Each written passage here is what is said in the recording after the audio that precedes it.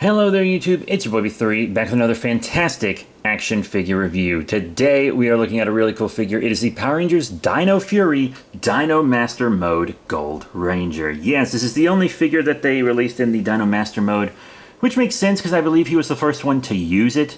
I wish we could have gotten more Dino Master Mode figures, but if my hunch is correct, that cloak is removable. So maybe you could have more Dino Master Mode figures. But this is the Gold Ranger, and this Gold Ranger is really popular. Figures of him go for a lot because he was the first Black 6th Ranger, which blew my mind. I was like, whoa, show is like versus Power Rangers. Surely we've had a Black 6th Ranger. No, we hadn't. Huh. Anyway, he looks pretty cool. And guess how much I got this guy for? His normal retail price is $10, and I've seen him going for up to $40 on the aftermarket. I got him for $5 at the Ranger Stop and Pop convention. $5 freaking bucks. There was actually one booth that had stuff for insanely cheap. Marvel Legends and some Kamen Riders that I still need to review and whatnot. Really great stuff. I'm glad to finally be reviewing him. It's that plastic prepackaged that a lot of people didn't like. Never really bothered me, to be completely honest. When I bought it in person, though, I would look it over to make sure it hadn't been tampered with. That was the only thing. Comes with a key. And there's a picture of the figure there showing you how large it is, which I think is a smart move when you're doing the plastic-free without the window. There he is. It shows what he comes with, and that it has functionality with the Morpher, which I never bought, even though I said I would. Pretty neat. So now let's bust this guy out of packaging. And here he is out of package, the Dino Master Mode Gold Ranger. So my suspicions were correct. It does seem that they just popped the head off their normal Gold Ranger figure and plopped the cloak onto him. So if you are able to get this head off, maybe like using a hair dryer or something to pop it off, you should be able to just lift the cloak off and plop it on another Ranger. Interestingly enough, so you can have other Dino Master modes if you wish. And also if you just can't find the regular Gold Ranger. He comes with the sword. You know, it's different. They could have just repainted the regular sword, but I'm glad they didn't. This is a new sculpt, at least for the hilt, which is pretty cool. And I assume he holds it just fine, because the other Rangers in this line hold their weapons pretty well. I have it backwards. Yep, just fine indeed. And then we have the key, which I can't show you what noises it makes, but it doesn't look that different from a regular Gold Ranger key or Rio Soldier or whatever. Neat. Very neat. Detail and paint-wise, and before I get into this, remember, this is a children's toy, and we judge kids' toys by kids' toy standards and adult collectibles by adult collectible standards. As a kid's toy, I actually think this line is pretty good. He really has more metallic paint than you'd think they'd give a kid's toy like this. It's really all over, especially on the head and stuff. Pretty cool, nice sculpt for the Morpher, decent proportions and whatnot. And yeah, it would be cool if this were an adult collectible with a cloth cape, but I actually think this is pretty decent for a kid's toy. Now, articulation-wise, you got a little bit of up and down on the head, and the side-to-side is heavily hindered by this collar here, unfortunately, but we expected it.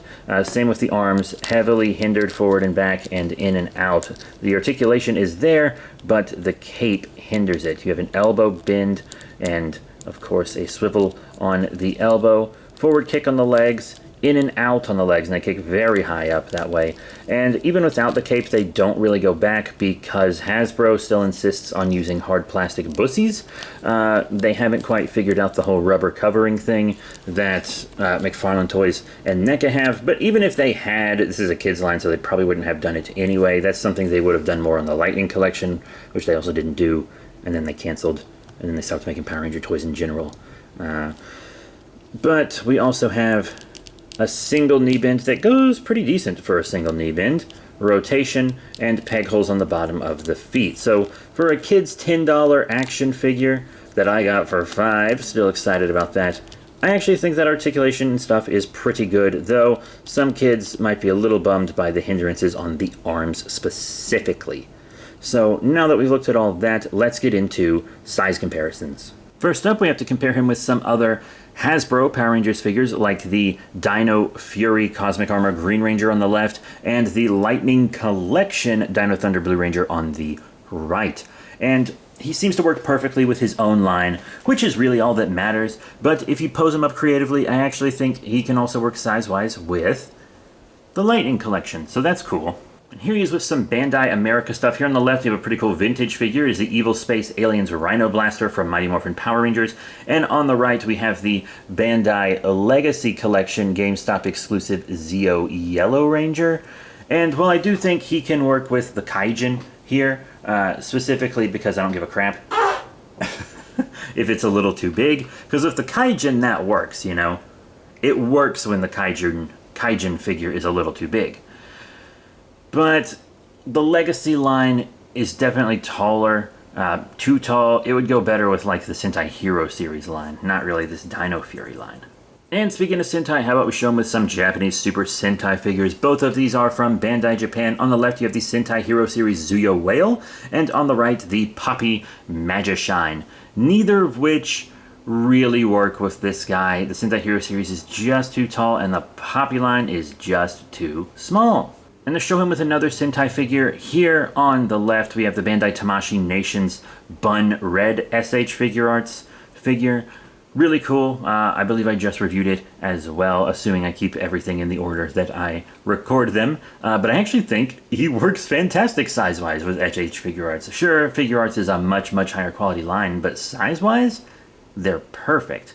And then here on the right, we have something from Voliverse. It is the Legend of the White Dragon 2-pack White Dragon, which is very Power Rangers adjacent. Started out as a Power Rangers fan film and became its own thing because they wanted money. But also, I'm fine with that actually. To be honest, I prefer it.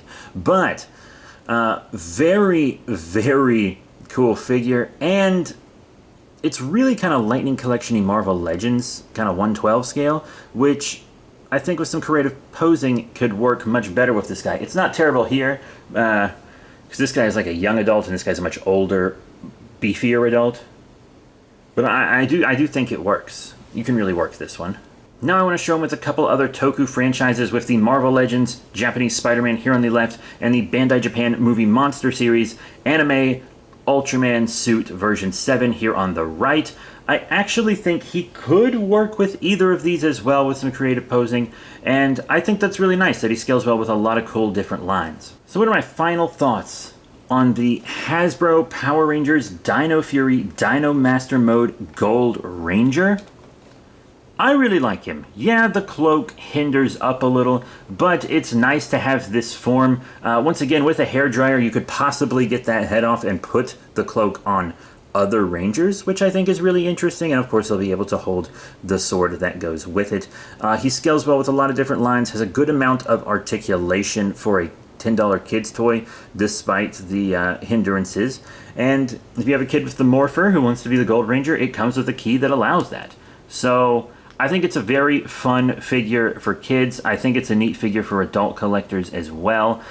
That's what I really liked about this line, is that there was a lot of good stuff for both in it. I am going to miss these Hasbro Power Ranger figures. The reaction stuff from Playmates, I haven't even looked at it, to be honest. Like, I've seen pictures online, but I haven't even seen them in stores. Because I haven't really been going to stores or even ordering figures online. I have such a big backlog that I haven't really gotten much in the way of figures since, really, I went to Ranger Stop and got this guy in June 2025. So yeah, I'm playing catch up, and maybe after I sell a bunch more figures at my store, which you can check out in the description down below. I have an eBay store and a physical location in Georgia.